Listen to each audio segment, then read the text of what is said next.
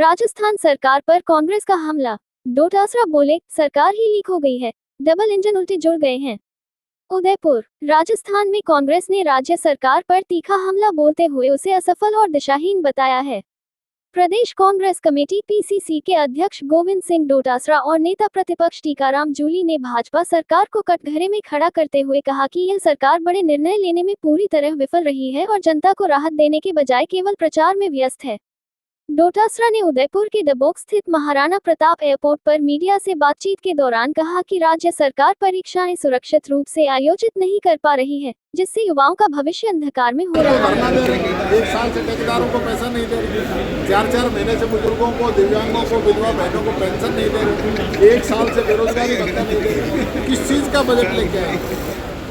ये एक बहुत बड़ा सवाल है सरकार को कि सिर्फ और सिर्फ भाषणों से काम चलने वाला नहीं है। खुद सरकार के कैबिनेट मंत्री ये कहें कि रोजाना प्रदेश के अंदर 7 करोड़ का अवैध बजरी का खनन हो रहा है और सरकार सुनती नहीं है। खुद कैबिनेट मंत्री विधानसभा से छुट्टी ले रहा है कि मैं नहीं जाऊंगा, इस्तीफा दे रखा है। ये तो इनकी हालत है। तो बात करते हैं बड़ी बड़ी डबल इंजन तो कहाँ है डबल इंजन? आप बताएं तो ये डबल इंजन, ऐसा तो नहीं कि इंजन उल्टे जुड़ गए हों। कांग्रेस क्या करेगी विधानसभा में? कांग्रेस जम के बात करेगी, गरीब की, मजदूर की, किसान की, राजस्थान की 8 करोड़ जनता की लड़ाई लड़ेगी। उनके हकों के लिए जो भी हमें करना पड़ेगा हम करेंगे और सरकार से जवाब लेके मानेंगे और कुछ करेंगे। और 2 बार यहाँ से 25 सांसद जीतते हुए अपनी बार भी 14 सांसद बीजेपी को मिले हैं। इसके बावजूद पिछले 11 वर्षों का जो अनुभव जो आ रहा है वो तो अभी तक कोई बहुत अच्छा राजस्थान को मिला नहीं। और विशेष रूप से पानी के लिए मोदी जी खुद 2 बार ईआरसीपी की घोषणा करके गए थे और अब आके शिलान्यास भी कर गए, लेकिन आज तक ईआरसीपी, पीकेसी और अब श्री राम सेतु नाम जरूर बदल रहे हैं, लेकिन बजट का कोई लेना देना आज तक हुआ नहीं। कल भी अभी भाषण में राज्यपाल महोदय ने जो पढ़ा तो उसमें इसदा नवनेरा बांध का जो जिक्र किया वो भी हमारे समय के बने हुए हैं। इन लोगों ने तो कोई किया नहीं। मैं चाहता हूँ, उम्मीद है भारत सरकार से, जितना राजस्थान ने आपको दिया है तो राजस्थान के लिए भी कुछ करिए और विशेष रूप से मध्यम वर्ग और गरीब वर्ग उसको भी राहत दीजिए। आपने पिछली बार कॉर्पोरेट टैक्स जो है वो कम करके अमीर लोगों को तो फायदा कर दिया और वो जो कॉर्पोरेट टैक्स का पुनर्भरण किया है वो आपने मिडिल क्लास और गरीबों से किया है। उसकी जो सोशल सिक्योरिटी की जो योजनाएं वो आपने कमज़ोर कर दी। पेंशन, स्कॉलरशिप, बेरोजगारी भत्ता तक लोगों को नहीं मिल पा रहा है, किसान को खाद नहीं मिल पा रहा है। ऐसी स्थिति देश के अंदर बन रही है और क्राइम जो है, कानून व्यवस्था है वो एकदम इसकी हालत वो आप सब लोग देख रहे हैं। तो मैं चाहता हूँ इस बजट के अंदर इंफ्रास्ट्रक्चर जो है वो मजबूत हो, राजस्थान के लिए विशेष पैकेज मिले, विशेष राज्य का दर्जा मिले। राजस्थान आज पूरे देश के अंदर सबसे बड़ा स्टेट है और सबसे बड़ा स्टेट होने के बावजूद यहाँ की जो भौगोलिक परिस्थिति है वो काफ़ी विपरीत है। हमेशा ज़रूरत रहती है कि भारत सरकार यहाँ पे मदद करे, लेकिन इनकी जो कई सालों से बजट पेश कर रहे हैं उसमें निराश किया है। और राजस्थान का तो नाम तक पिछले बजट में निर्मला सीतारमण जी ने नहीं लिया था। पानी का विशेष पैकेज मिले, पानी की कमी है राजस्थान के अंदर, और सोशल सिक्योरिटी के ऊपर ध्यान दें। कर्मचारी जो वर्ग है वो जो इनकम टैक्स की स्लैब के लिए इंतजार कर रहा है।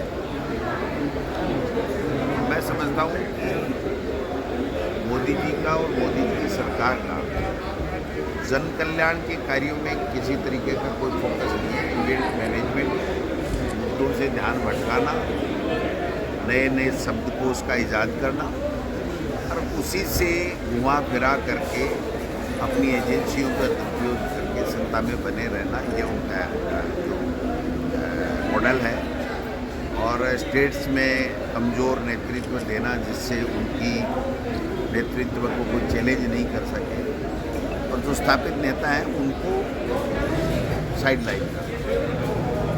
जब आप नेतृत्व कमज़ोर स्टेट्स में दोगे, अच्छे नेतृत्व को साइडलाइन करोगे तो फिर आपको कुछ करने की आवश्यकता नहीं है। जब तक आपकी चलती रहेगी, बाकी आपको कोई चैलेंज नहीं है। तो इनका फोकस काम पे, इंफ्रास्ट्रक्चर पे जन कल्याण पे, लोगों की समस्याओं पे नहीं है, फिर भी हम उम्मीद करते हैं कि अब की बार तो कम से कम सीता निर्मला रमण जी हमारे स्टेट्स का नाम लेंगी, ERCP को राष्ट्रीय परियोजना घोषित करेंगी। कल राजस्थान में महामहिम के श्रीमुख से सरकार ने ये कहलवाया है कि वसुंधरा जी की ERCP प्रोजेक्ट बहुत अच्छा प्रोजेक्ट था, तो फिर आप ERCP को राष्ट्रीय परियोजना घोषित क्यों नहीं कर रहे और उसको PKC में क्यों डाल रहे हो? यमुना जल की भी बात बहुत की गई। यमुना जल के लिए भी कोई पैसे की व्यवस्था न किसी स्टेट सरकार ने की है, न वहाँ से की है। केवल पर्चियाँ भेजते हैं और अपने काम निकलवाते हैं। इसके अलावा दोनों सरकारों के डबल इंजन की सरकार का लोगों को लाभ नहीं मिल रहा है, न बच्चों को, युवाओं को नौकरी है, न कोई सामाजिक सुरक्षा की कोई बात की जा रही है। तो ये सारी चीज़ें देखने वाली होंगी कि आज कैसा बजट केंद्र की सरकार ने। कहा जा रहा है कि गरीब और मध्यम परिवारों के बीच में लक्ष्मी बरसेगी। ये तो आप मीडिया वाले कह रहे हो, देखे भाई कुछ दे भी दे। आदमी का क्या होता है, मॉडल होता है, थोड़ी सी बड़ाई करो, कुछ दे भी दे, लेकिन उनके कोई फर्क नहीं पड़ता इससे। हमें उम्मीद कम है, लेकिन राजस्थान का हक जरूर है कि राजस्थान और देश में जब 10 साल से भी कहीं ज़्यादा सरकार, 15 साल के लिए सरकार सौंपती है और उसके बावजूद भी अगर गरीब और गरीब होता जाए, प्रधानमंत्री ये कहे कि हम इनको भोजन दे रहे हैं, खाने के लिए अनाज दे रहे हैं, तो ये अनाज देना ही ना पड़े, इस तरह की व्यवस्था भी मोदी सरकार को 10 साल हो गए हैं, तीसरा टर्म चल रहा है, तो उसको करनी चाहिए। जातिगत जनगणना मोदी जी को करानी चाहिए और मैं उम्मीद करता हूँ कि शायद इसके लिए कोई बजट दे करके जातिगत जनगणना होनी चाहिए, जिससे जो पिछड़े इलाके हैं, जो आदिवासी हैं, उनके लिए अलग से कोई न कोई बजट की व्यवस्था हो, उनके कल्याण के लिए। बीजेपी के बड़े नेताओं के निशाने पर है। आप राजेंद्र राठौड़ ने कहा कि डोटासरा जी को फोबिया हो गया, उनकी पार्टी RSS के बारे में जानकारी नहीं हो बोलते रहते। वो बीच की बातें हो गई, अब नहीं कहेंगे, आज बात कर रहे हैं।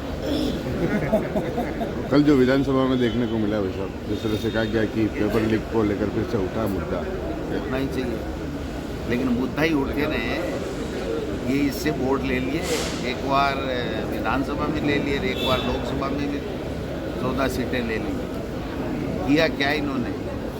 इनके तो DLED का जो STC BSTC का जो पेपर होता है ना, जो ट्रेनिंग करते हैं अध्यापक के लिए फर्स्ट लेवल की,